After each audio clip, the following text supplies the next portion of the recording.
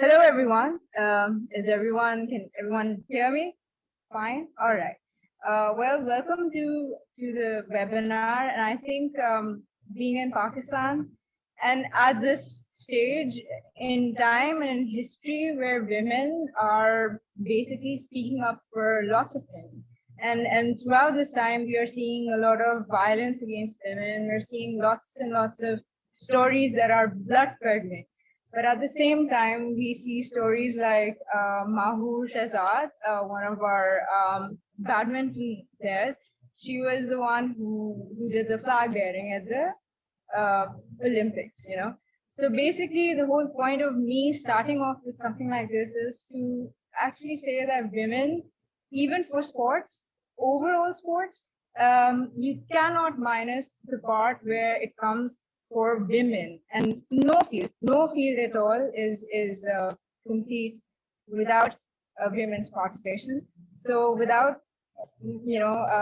further delay, I should just introduce my first speaker, that's Ayesha Mansukhani, and she has been very passionate about promoting the grassroots sport.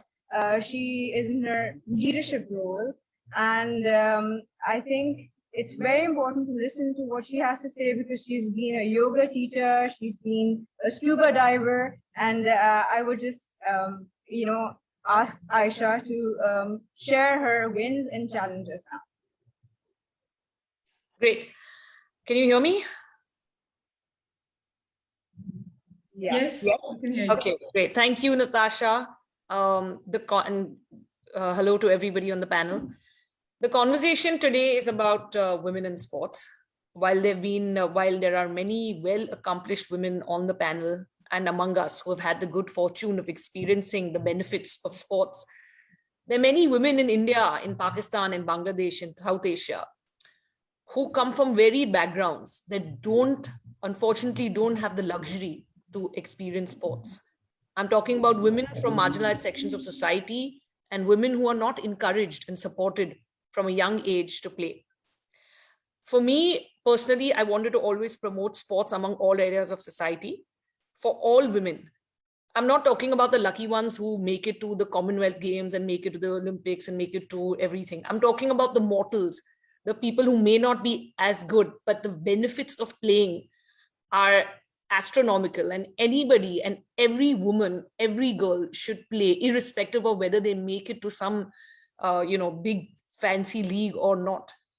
Personally, I played football, squash, tennis, table tennis growing up. I'm currently a scuba diver, trekker, yoga teacher. I broke in many bones, ligaments, spent 6 months in a wheelchair last year. And I can say that my biggest losses, the biggest learnings from my losses are every time you lose in sports growing up, what it teaches me, what it has taught me is that there's only one thing to do, which is get up, dust it off, get back in the ring, try harder, run faster, jump higher, hit harder, dive deeper.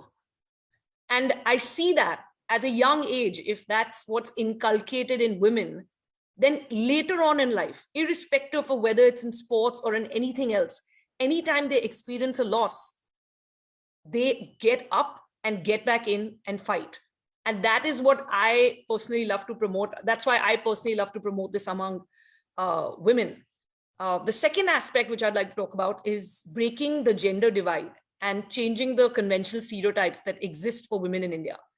And what I mean by that is that conventional media stereotypically portrays women as fair and lovely. And if you swift through the pages of a magazine, you'll see size 0 women with flawless skin, or even if it's like in the lead role of movies from the entire South Asian section, where, lots of movies objectify women as, maybe just, something which there's so much more to women than just playing the role of a sex symbol.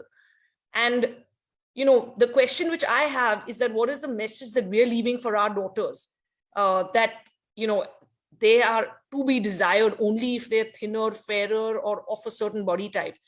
But strength, endurance, resilience have their own beauty. And for me, it's important to shift the focus. I know there's lots of journalists on the call who tell me, listen, at the end of the day, we have to make what will sell, right?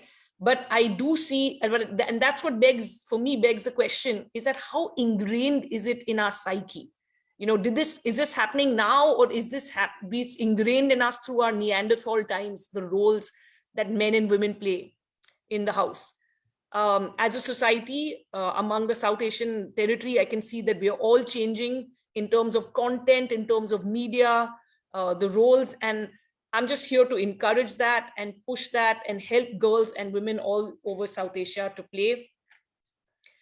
And yes, that's what I will leave you guys with.